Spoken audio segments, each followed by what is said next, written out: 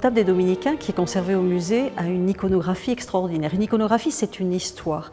Et je trouve que vraiment dans ce retable, souvent, dans la peinture du Moyen-Âge, on parle de bande dessinée, mais je trouve que dans ce retable, c'est particulièrement frappant, parce que c'est vraiment une histoire qui est racontée avec des images. Alors il n'y a pas les petites bulles, mais on peut se les inventer. Et on sait qu'à l'époque, donc à la fin du XVe siècle, tous les fidèles qui allaient dans les églises, là en l'occurrence à l'église des Dominicains, les petites bulles, ils les connaissaient par cœur. Même s'ils ne savaient pas lire, ils connaissaient les Écritures, donc la vie et la passion du Christ. C'est ce qui est raconté ici. Donc ils ont toutes les images sous les yeux. Et il suffit de suivre en fait ce retable-là.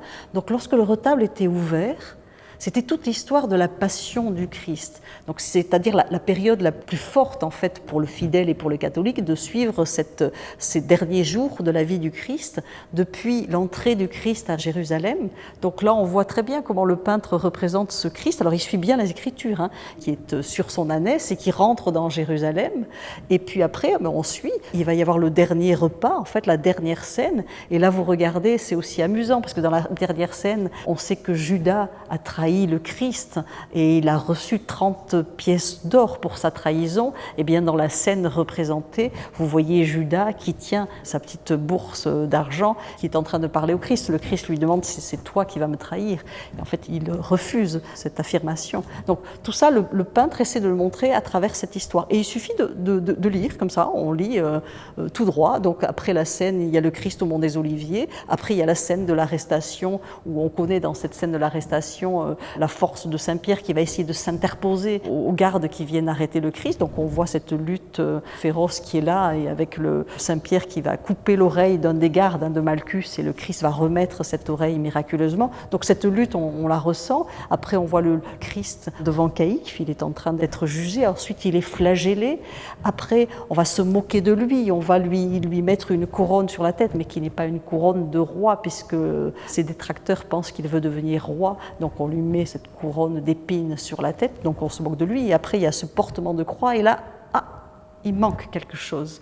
Parce que la scène d'après, c'est la descente de croix. Donc on sait très bien qu'il manque au centre de ce retable une immense crucifixion. Était-elle peinte? Était-elle sculptée? Ça, on n'en sait rien. Donc l'histoire reprend après avec la descente de croix, la mise au tombeau, et après le Christ descend au limbe et enfin va ressusciter. Et l'artiste va plus loin, parce que tout ça, c'est la passion du Christ depuis l'entrée à Jérusalem jusqu'à la résurrection, mais il va en plus montrer 4 scènes qui nous montrent le Christ ressuscité là où il apparaît à Marie-Madeleine, et l'autre où il apparaît à saint Thomas, et ensuite 2 scènes du Christ qui n'est presque plus sur le panneau. Vous verrez, le Christ, c'est l'ascension du Christ. Donc là, Martin Schongauer reprend une iconographie qui est très classique. On voit tous les apôtres, on voit presque plus le Christ, on voit juste ses pieds. Il s'élève dans les airs. Et après, la scène de la Pentecôte, qui n'est plus dans les évangiles, mais qui est dans le livre des apôtres, où on voit tous les apôtres réunis avec la Vierge.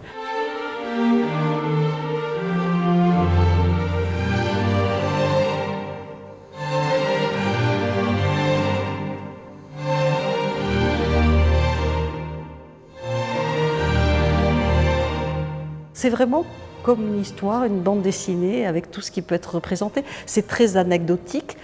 On reconnaît vraiment tout le monde, en fait. Tous les personnages principaux ont des auréoles. Saint Jean est toujours représenté de la même manière. C'est le jeune apôtre, donc il n'a pas de barbe, il a son grand drapé rouge. Tous les autres sont très reconnaissables. Et c'est assez facile de reconnaître l'histoire. Et même dans Marie-Madeleine et le Christ, cet épisode où Marie-Madeleine va au tombeau en portant du parfum, et en fait elle trouve le tombeau vide, et elle rencontre une personne qu'elle prend pour le jardinier. En fait, cette personne n'est autre que le Christ qui lui dit « ne me touche pas ». Et cette belle scène est représentée de façon très charmante par Martin Schongauer, puisqu'il représente cette scène dans un petit jardin. Vous voyez, il y a un rosier, il y a un grenadier. Ça nous annonce un petit peu la Vierge au buisson de rose que l'on connaît aussi de Martin Schongauer, mais tout est bien représenté. Chacun est à sa place. On peut suivre très facilement. Et le retable était ainsi présenté lorsqu'on l'ouvrait. Donc le plus souvent, le retable était représenté ouvert. Ça devait être assez extraordinaire. C'est presque un retable qui faisait 11 mètres de large, quand on met bout à bout l'ensemble des scènes. Et lorsqu'on le refermait, nous avions des scènes beaucoup plus intimistes. C'est vrai que les œuvres sont moins fortes, il n'y a pas de fond or. Et en plus, ce sont des scènes qui malheureusement ont beaucoup souffert. Peut-être que les panneaux ont été posés contre un mur humide. On ne sait pas exactement, mais elles sont très abîmées. Vous le verrez quand vous viendrez viendrait au musée pour les voir. Mais ces scènes représentent des scènes qui nous montrent l'enfance du Christ, et donc la Vierge là est beaucoup plus présente, mais on a des scènes de la Nativité, on a la présentation au temple, on a l'enfant Jésus parmi les docteurs, et en dernier on a le couronnement de la Vierge. Et puis surtout je voudrais m'attarder sur une scène qui prend 2 panneaux. Donc c'est la seule fois dans cet ensemble du retable des Dominicains, et qui est une scène qu'on voit rarement, qui est une scène qui s'appelle la chasse mystique.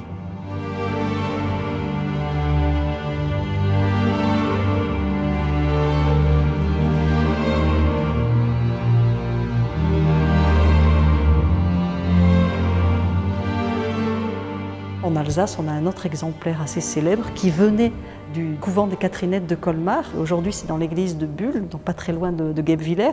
Il y a aussi une chasse mystique. Ce retable venait d'un couvent de dominicaines, et c'est vrai que c'est une iconographie qui est souvent associée à des ordres religieux. Il y a une toute petite enluminure qui est à la bibliothèque de Colmar, qui vient ici du couvent d'Unterlinden, où on voit cette chasse mystique. C'est tout simplement une autre manière de représenter une annonciation.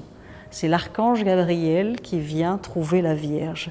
Mais comme son titre l'indique, c'est une chasse. Donc en fait, l'archange Gabriel est là en chasseur, et en fait il tient en laisse 4 chiens qui représentent les 4 grandes vertus, donc la justice, la paix, la miséricorde et la vérité. Et en fait il est en train symboliquement de chasser le Christ vers la Vierge qui tient sur ses genoux la licorne. Dans toutes les histoires, la licorne est un animal fabuleux, mais qui ne peut être attrapé que par une vierge. Donc en fait, ce thème-là, l'archange pousse cette licorne, qui est une image métaphorique du Christ, dans le sein de la Vierge, en fait, et c'est l'incarnation même du Christ qui a lieu à cet instant-là. Et ça se passe dans un ensemble, un paysage qui est totalement symbolique. Si vous regardez bien, cette scène se passe entre des murailles. En fait, c'est un jardin clos, qui fait référence au texte du Cantique des Cantiques, la Vierge est dans un jardin clos. La preuve, la porte est fermée, vous verrez, la porte est bien fermée, c'est marqué. La fontaine, elle est scellée. Et puis, vous avez des petites allusions à la force du Christ. Vous avez, même s'il est découpé, vous allez voir Dieu le Père est coupé. Il y a eu un problème sur ce retable et il a été taillé dans sa hauteur. Mais c'est le buisson ardent, vu par Moïse, qui brûle mais ne se consume pas, et dans lequel se trouvait Dieu le Père. Tout ça, c'est des symboles de la présence divine du Christ qui est là. Donc, il y a ce buisson ardent. Il y a aussi la toison de Gédéon.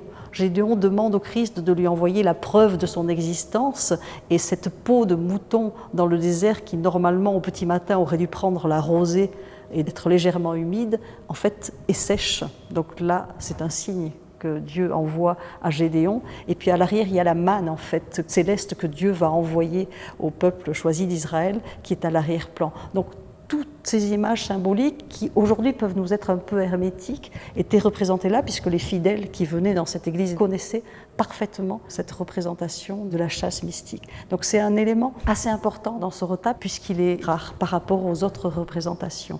Mais c'est un dictionnaire d'images classiques des représentations chrétiennes que l'on a dans ce retable des Dominicains.